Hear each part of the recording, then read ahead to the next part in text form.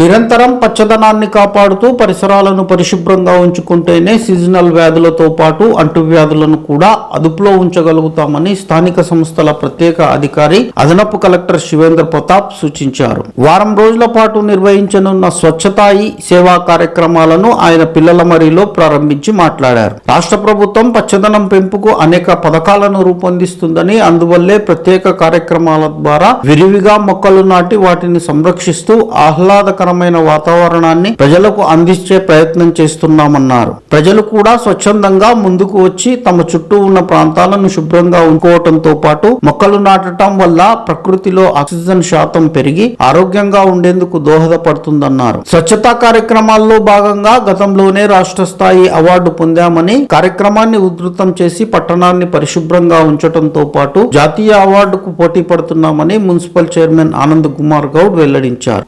ఎంపిక చేయబడ్డ ప్రాంతాలను గుర్తించి వారం రోజుల పాటు జరిగే కార్యక్రమాల్లో కూడళ్లను, ముఖ్యమైన ప్రదేశాలను శుభ్రపరిచి పట్టణాన్ని శుభ్రంగా ఉంచడంతో పాటు ప్రజల్లో అవగాహన పెంపొందించేందుకు ఇటువంటి కార్యక్రమాలు సహకరిస్తాయన్నారు. పిల్లల మరిలో నిర్వహించిన కార్యక్రమంలో మున్సిపల్ ఉద్యోగులు, విద్యార్థినులు ర్యాలీ నిర్వహించి పిల్లల మరి ఆవరణలో చెత్తను పూర్తిగా తొలగించారు. ఈ కార్యక్రమంలో vice chairman Shabbir Ahmed, commissioner Maheshwar Reddy, municipal సిబ్బంది, విద్యార్థులు తదితరులు పాల్గొన్నారు.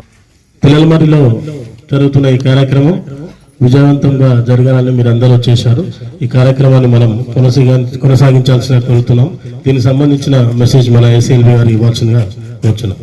రెస్పెక్టెడ్ చైర్పర్సన్ గారు, కమిషనర్ గారు, officials from MAPMA municipality, all the volunteers here, thank you so much for joining.